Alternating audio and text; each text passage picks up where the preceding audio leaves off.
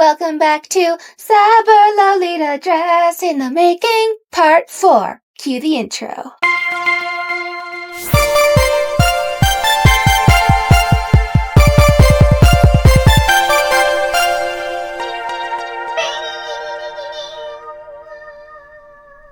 Today is still very cold and snowy outside, so we're having a pajama day.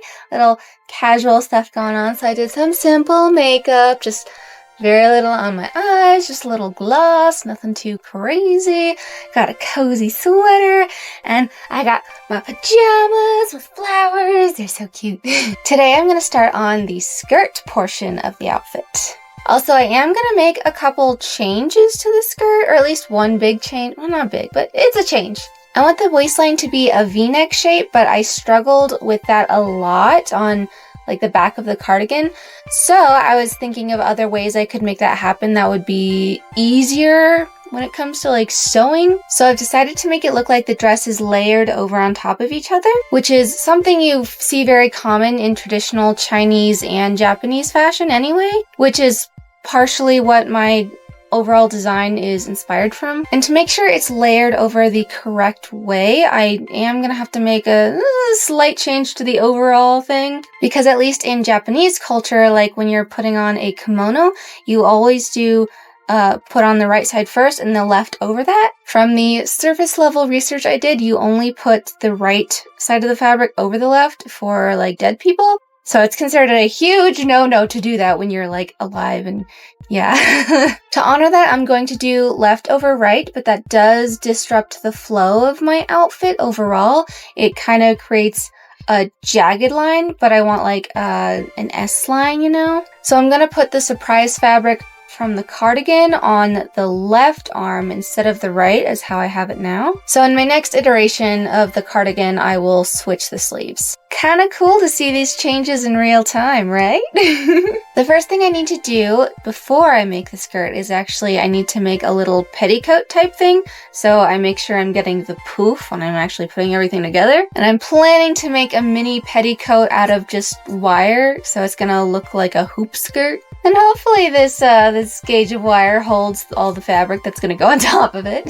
So let's get started. I am seriously struggling with this wire underskirt petticoat thing. At first I'm like, let's just loop it through the main hoop. It'll be fine. It doesn't need to stay in place. Wrong! It does need to stay in place. Like, okay, let's wrap it around. That fixed the problem, so yay! Here's your daily reminder that you need to drink water. It's good for you, so drink some water. Ta-da! Yeah, I think it'll do the job. It's got the general shape. Maybe I should drape something over it to double check. I don't even have my fabric nearby. I'm not ready for this today. Yeah, that'll do the job. Yeah. Hi. Oh, look at the kitty cuddles. Now we can officially start on the skirt. I already know I'm going to go for a circle skirt pattern to go off of because, you know, I want when I spin around to get like maximum spinny lift because it's going to look cool. And we all love a good spin, right? And more fabric allows me to do that. I think I want to make 3 separate pieces for the skirt. The back is going to be one piece, and looking at my drawing in the back, it has like a zipper going down, but I don't want to do a zipper anymore because I want the skirt to be flexible and fit different bodies, and like, you know, people grow and shrink. I want it to fit the same body the same way every time. So I'm nixing the zipper and I'm going to do shirring instead. Shirring is a large chunk of fabric that has elastic sewn into it, like all the way down for like a rectangular size, so you can stretch it. Here's a dress example with shirring in the back. You can see it looks really wrinkly here and it stretches like that. My only issue with shirring is I've never done it before, so I don't know what I'm doing. I need to look up some tutorials on how to do that before I get started here. Anyway, back to the rest of the skirt. I'm going to use 2 separate fabric pieces for the front so that they overlap. And I want to be able to make that more adaptable.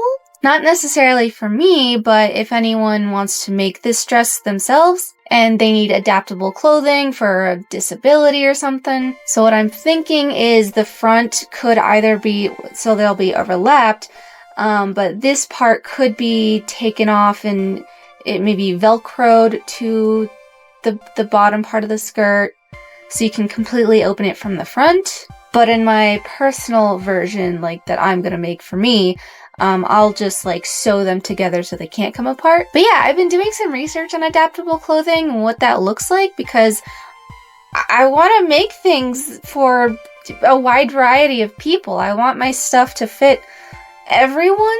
Like, everyone deserves to feel good about themselves and express themselves, but still be able to do the things that they need to do easily to help with their disabilities. Okay, we're pulling out the old tracing paper, as they call it. I don't know why I'm talking like this. Going for my measurement, gonna look at my waist size, and it is 17.5 centimeters in diameter. So I gotta take that into account when I'm making like the waist and all that. And I'm diving right in with the shape that I want. I didn't even consider the whole like circle skirt shape that I talked about earlier. That went out the window here. So now I'm just like, oh yeah, I'll just do the shape I want. It'll work out. It'll be fine. Look, I'm so confident. I'm like, oh yeah, look, there's the seam allowance that I'm building in. And now I'm like, that's not enough size for the waist. I'll make it wider. Then it'll be fine. Then it'll work. This is my first attempt, so don't judge me. Attempt number 2. We're completely starting over because I realized my mistakes. Something that you have to know for a circle skirt is you have to basically make a half circle with like a little cut down the center, so like a donut, so like half a donut basically. What they don't tell you a whole lot when it comes to sewing is how much math is involved with like measurements and like adding and subtracting, and I know it's basic math, but it's still annoying, you know? But I have to do it to make sure it fits me. Once I have my rough outline, I am modifying the half donut shape to make it look like the two different fabrics are layered over each other. So here we have the modified inner circle, which is now a V shape, and there's a little notch on the bottom where the fabric's gonna overlap each other. Now I'm cutting across the line that I drew to make them two separate pieces, and then I am making the left side of the piece, modifying that to make sure I get the seam allowances in there. Separating the two is going to be useful when it comes to actually making the larger pieces and drawing them onto the fabric and cutting the fabric, just to make sure that, you know, everything's the right size. I'm going to attempt to overlay the pattern on the mannequin. I don't know how it's gonna work out, but I gotta test to see if I got the right size, so let's do this. I do not have confidence in myself to do this. There we go. Yeah. It's getting the little triangle effect I want right there, which is great. I like the overlapped edge thing going on here. The paper's doing some weird things, so it looks very asymmetrical. It'll look better with the fabric when it's actually like falling correctly over the petticoat, you know? I think this is good enough to move on to cutting the fabric now. I'm glad I tested this to make sure it worked, because sometimes I jump into it and I'm like, oh no, I already cut the fabric, but this doesn't fit at all and I can't fix this unless I start over. So it's good. It's good to have those checks. Now I'm wondering though if I'll have to alter the black strips coming off the dress, because I wouldn't want that to cover the layering going on here, but I really, really need those strips. Because I am planning to have like tassels and dangly things, like charms hanging off of them where the zipper is, like at the bottom. Maybe I just do one on the opposite side of the overlapping cyber skirt. Because then we still have a sense of asymmetry, but also there's balance. Okay, I'll need to think about this. And now we're gonna pin the template to the fabric so that it doesn't move while I cut. It's a long process cause it has lots of corners, but here we go. We're starting the cutting, oh yeah. We're doing the snip, snip, snip cause we're so cool. And we're cutting as close to the edge as possible. Ba-da-na-na-na-na-na. And now we're taking a break. I am so tired today. And now a quick word from our sponsors, which is me. If you want to help support this project, you can donate to my Ko-fi account or PayPal me at thepinkcuttlebug@gmail.com. The link for Ko-fi is in my bio. I'll link it in the description too. Y'all, we've already reached 42% of our $500 goal. That's almost halfway there. Ah! Thank you all so much to those who have already supported, and thank you to future supporters. We're gonna do this, and it's gonna be epic. The money will go towards the final product of the dress, not this practice stuff that I'm doing. And if you can't donate, that is okay. You can also like, comment, and share this video with your friends. I'm gonna figure out how to do a special thank you for everyone who donates to this project. I don't know what it is yet, but I'll figure it out. Okay, back to the main content. I looked up some tutorials on how to do shirring, and I think I understand it, but we'll have to test to see. So, here we go, trying things and probably making mistakes. What I learned from the tutorial is that if you want shirring, you have to add about 1.5 times the width of your waistline? Or was it hip? Or maybe they said waist because waist and hips are kind of proportional? Oh no. Anyway, you just add extra fabric. And somehow you have to make sure it's gonna fit over your hips. For the template, I'm starting with the basic circle skirt and then I'm gonna extend it from there. Just so I can more easily visualize how it's gonna, I like working in pieces, you know? Okay, we have the base. Now how do we modify it? I can't just freehand things with sewing stuff yet. I don't understand all of it. And then we just cut it out. I realized as I was cutting, I forgot to put my little point on the back of the dress because I wanted it to have a cool angle. So I quickly did that before cutting the rest of it. Here's the fabric all cut out using that stencil, trying to get it in the frame. And now we're just making the fabric dance. Oh yeah, do a little dance. Now I'm gonna put all the fabric pieces onto the mannequin to see if it does what I want it to do. I hope it does. I don't know what's what anymore. I'm confused.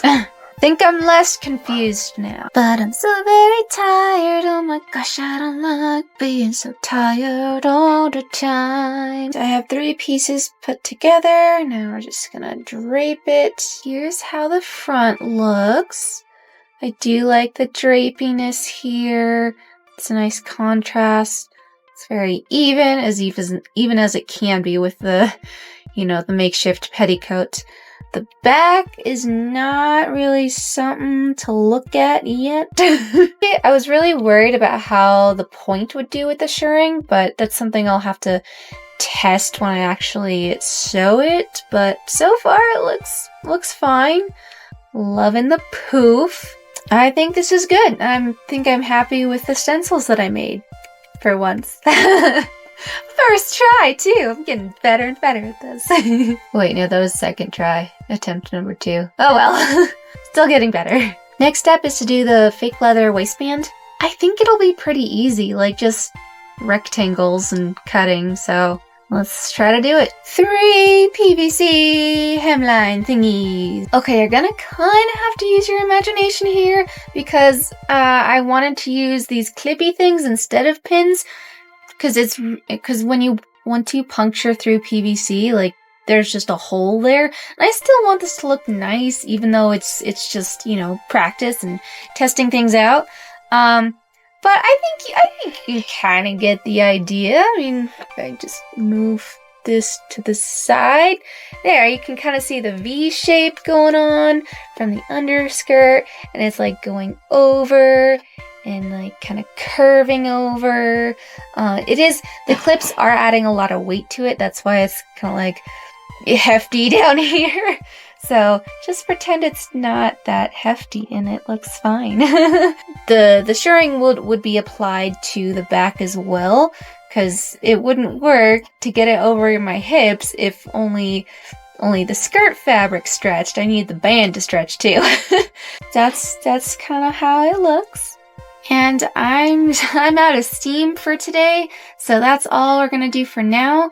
Next time I am going to add the side bow that you like tie in the back.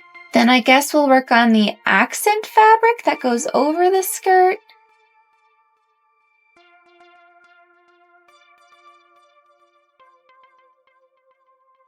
How do I put pockets in those? I definitely need to play around with that so that it's still functional. I don't know, but we'll still do something on the skirt because obviously there's a lot more to do and it'll be fun. So thank you so much for watching and I hope you have a wonderful day. Bye! Talking is hard. Oh, she's playing. Did you lose it? Yeah? Oh God, I'm so tired. But I want to do the creative things. Next step will be working on the PVC. I shouldn't scratch my nose when I'm trying to talk.